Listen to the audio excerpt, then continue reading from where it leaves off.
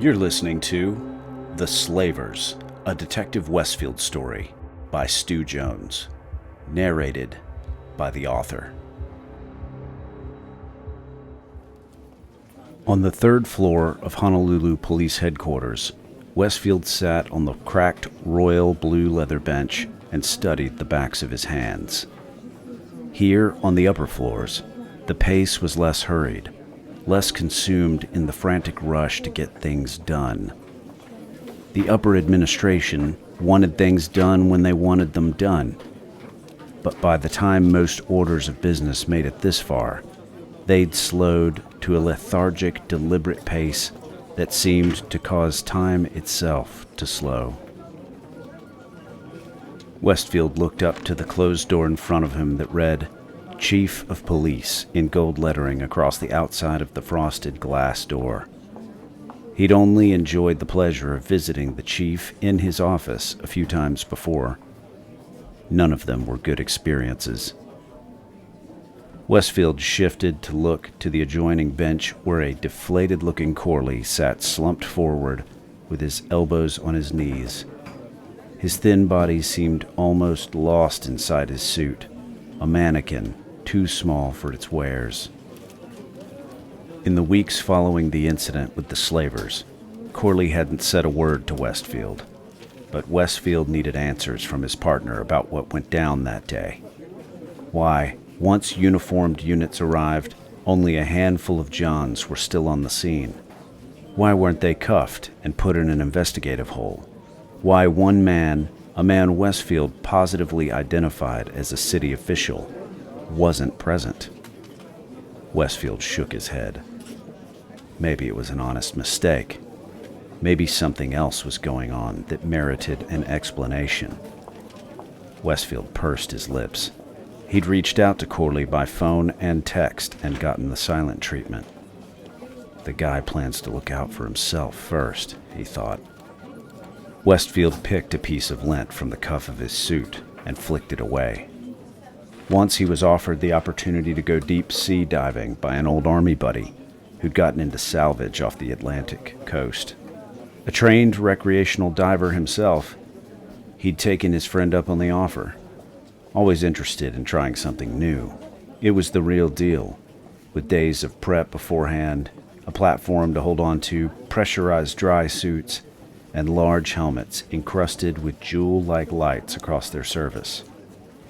The whole mess was a fascinating experience, until they dropped below 200 feet. The cold dark of the depths instantly became a physical presence that bore down on him.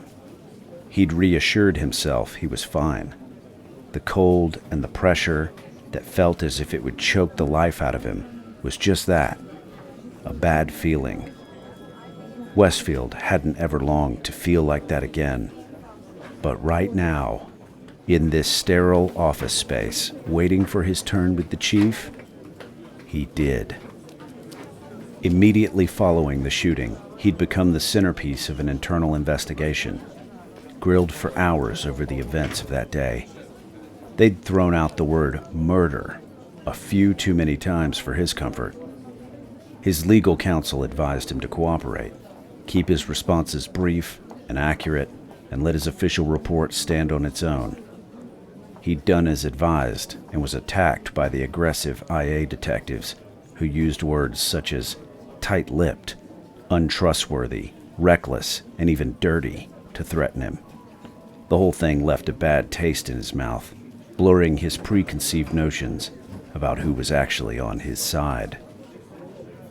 Then to top it all off, in a feat of expert timing, his marriage went down amidst a pile of flaming wreckage. The other shoe dropped. Alicia, convinced she deserved a real man, ran off with one, while Westfield was at work. When she went, she took everything. The cars, the furniture, the kitchen utensils. What sort of person takes the frigging kitchen utensils? Westfield rubbed his face. The only saving grace was when his wife, desperate to go her own way, took what she wanted and left. She took everything but the thing that mattered most. Janie. After all the years of resentment and tension, it came as a relief. Janie cried about it, of course, but the poor girl had seen the writing on the wall for years, knew how unstable her mother was. At least, she'd stay with him until it was settled in court. The best possible outcome for them both. He couldn't lose his girl. Not now or ever. All he could do was try to build a rock-solid case for full custody. Only time would tell if it would be enough, and this nonsense certainly wouldn't help. Westfield's eyes shifted to the frosted glass office door as it cracked open, revealing Captain Morehouse's shoulder. "Of course," Morehouse said, glancing from the chief to the two waiting detectives. "Westfield, Corley, get in here," he barked with a jerk of his head. Westfield crossed the waiting area, stepped past the Criminal Investigations Division captain, and into the spacious office decorated with old photos, framed news articles, and professional achievements. The afternoon sun streamed through the window, warming the air, which held the faintest smell of tropical room freshener and a hint of bourbon. Westfield stopped before the wide mahogany desk and stood in front of the chief of police. He clasped his hands in front of him, much like a man waiting to hear his death sentence. Corley sidled up next to Westfield in silence. The click of Morehouse shutting the door behind them sounded like the dry fire practice of a firing squad. Captain Morehouse took his seat along the wall. A heaviness pressed down on Westfield, stole his breath and any notion of opening his mouth. "Have a seat," Douglas Crenshaw, Honolulu's chief of police, said.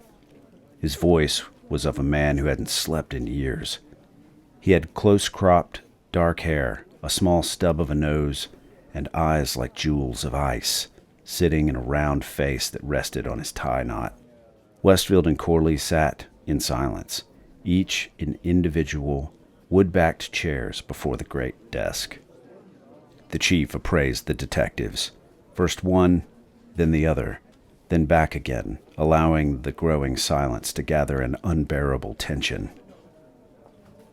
With a bloated sigh, like festering gases escaping the seal of some ancient crypt, he picked up a huge case file marked Westfield OIS 8864, Jackdaw Road, and tossed it toward the front of his desk. "Never," the chief began, "in all my years of law enforcement, have I been forced to claw my way to the top of such an enormous pile of steaming shit." Westfield swallowed, his heart banging like a bass drum.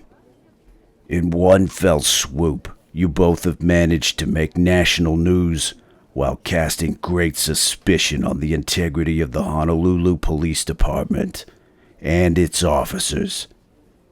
"Chief," Corley started.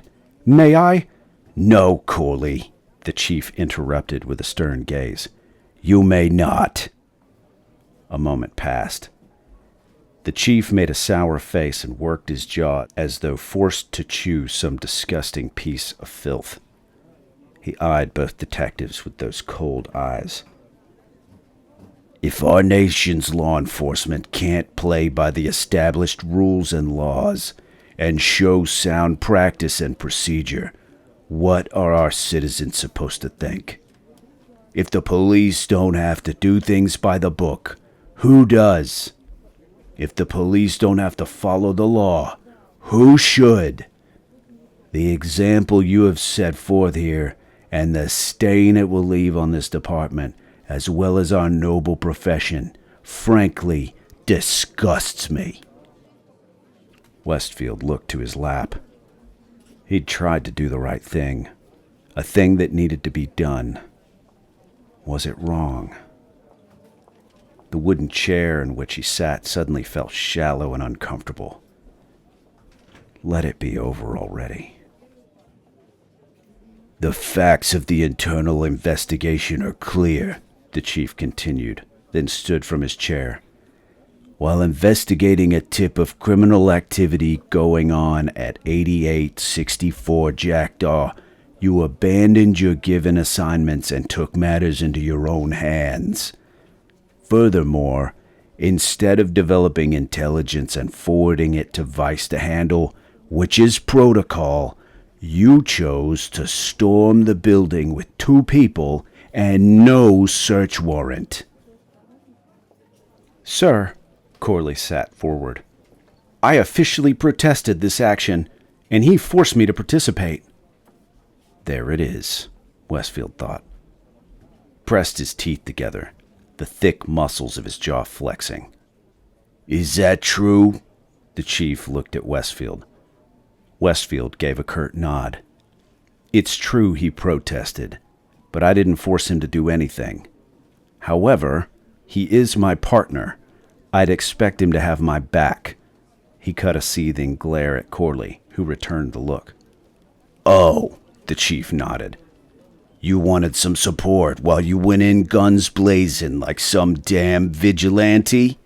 Then after putting a man in handcuffs, the chief raised his voice, beat him so badly, a medical report indicated he may be wearing adult diapers and unable to walk, talk, or feed himself again for the rest of his life. I didn't go in guns blazing, Westfield said. It was exigent circumstances. Lives were at risk. I've read your report, the chief said. And because you couldn't hand it over to Vice, any lead we had on this particular human trafficking operation is gone.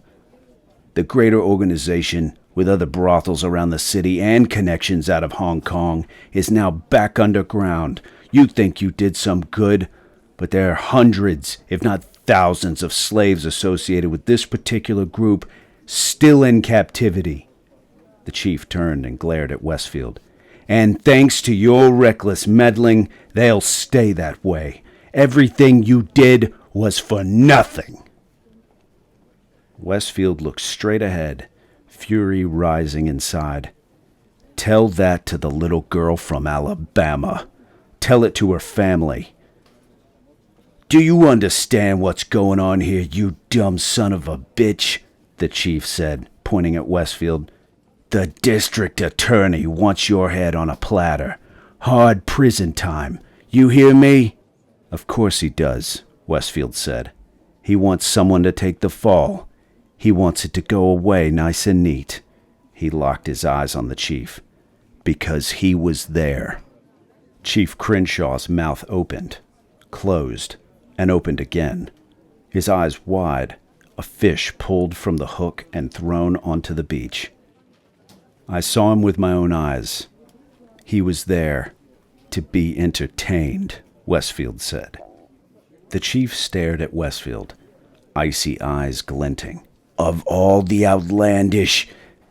He looked to Corley. Can you confirm this? Corley pursed his lips. Chief, a lot of people exited the emergency door where I was. They flooded out all at once, and without backup or a perimeter in place, I wasn't able to stop them all. Westfield leaned forward in his seat. Corley, tell him. I watched the DA hit the push bar on the emergency exit. He came right to you. Corley shook his head. No, Chief. I never visually identified anyone resembling the... You slippery son of a bitch, Westfield said, standing bolt upright. Corley turned to him. I can't see someone who's not there, Derrick. Besides, it's not my responsibility to clean up your mess. Westfield lunged forward, grabbing Corley by his shirt, the buttons popping with the force. What did he offer you, huh? Tell me. You let him go in exchange for something, didn't you? What was it? Political promises. Westfield, the chief shouted. I did no such thing, Corley said, grabbing Westfield's hands. You did. You didn't want to go in there because you knew, Westfield said. Westfield, let him go, Captain Morehouse said, shoving between the two of them. Think about what's left of your career here, Derrick. The sound of labored breaths sucking in and huffing out filled the room. The chief, his face as red as an overripe tomato, shook as he pointed to the door. "Corley, you're dismissed," he glared at Westfield. "And you, put your badge and your gun on my desk right now." Corley stood straight as Westfield released him.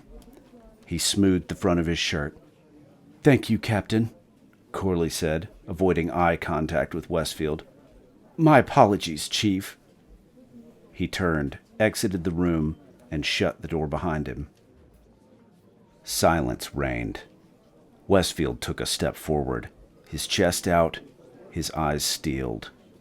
He reached inside his jacket, unclipped his shield, and set it on the chief's desk. He pulled the paddle holster containing his Springfield 1911 from his hip and laid it beside his badge, then took a step back and clasped his hands at his belt line, waiting. "You're a disgrace. Get out of my sight," the chief said, his lip curling. "Yes, sir," Westfield said.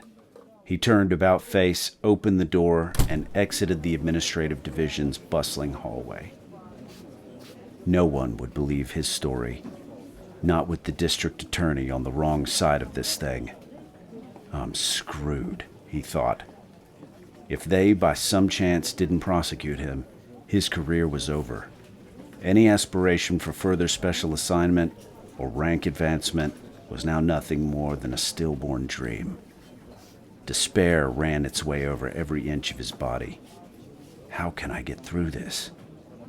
Will I still be able to take care of Janie? How will this damage the pending custody battle? "Derrick," a voice said from behind him. Westfield turned to see Captain Morehouse. His face softened, a hand outstretched. "All right, listen to me. Take a deep breath, okay?" Morehouse said. "First, stop digging the hole. You gotta lay low if you want to survive this. You hear me?" "I hear you," Westfield said. "Second, I'm gonna try to get your badge and gun back, but I've gotta let the chief calm down so I can reason with him.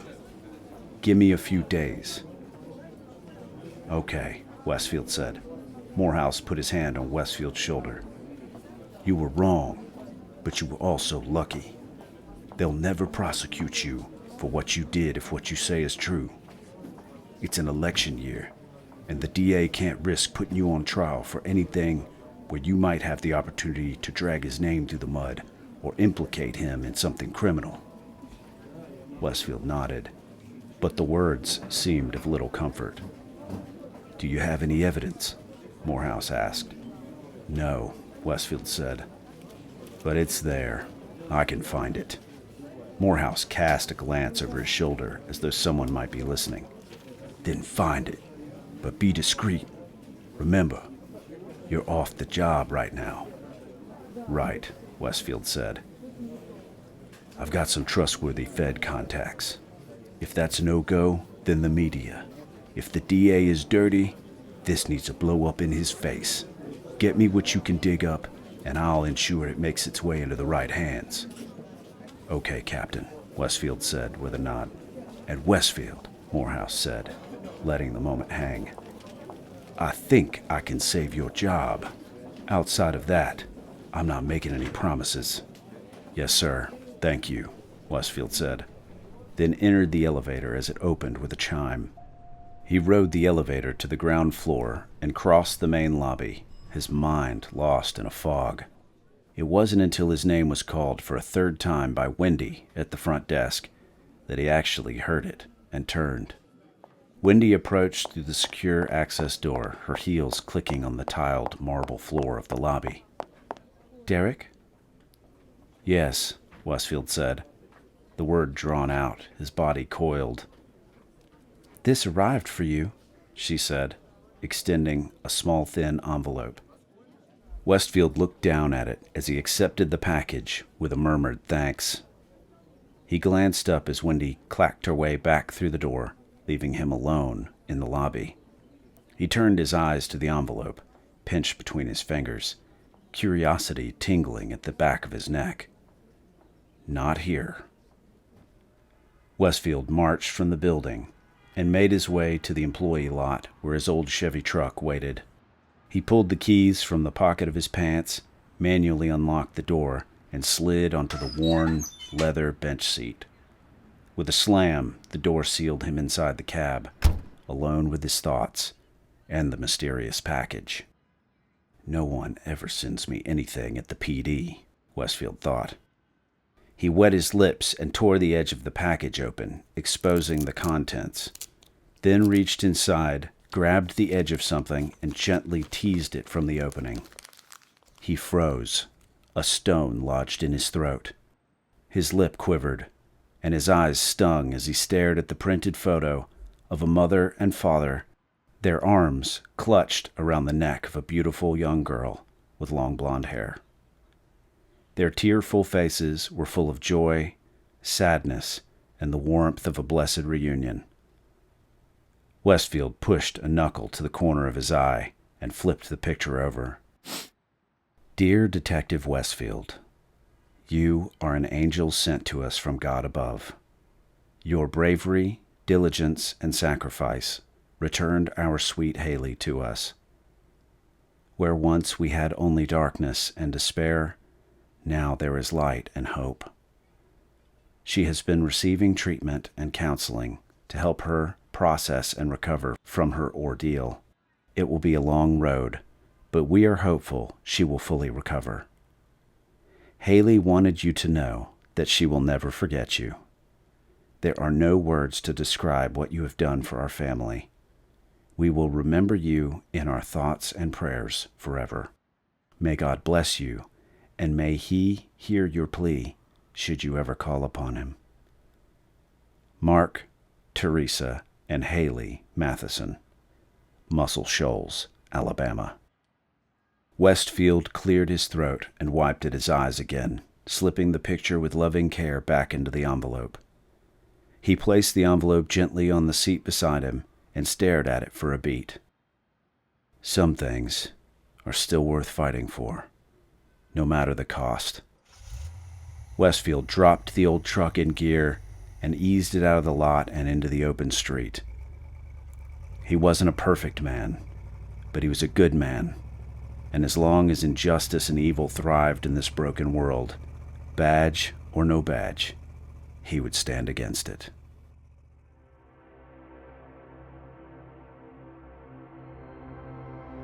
You've been listening to The Slavers, a Detective Westfield story by Stu Jones, narrated by the author. If you enjoyed this short story, please like and subscribe to the channel to encourage the creation of future content. Thanks for listening.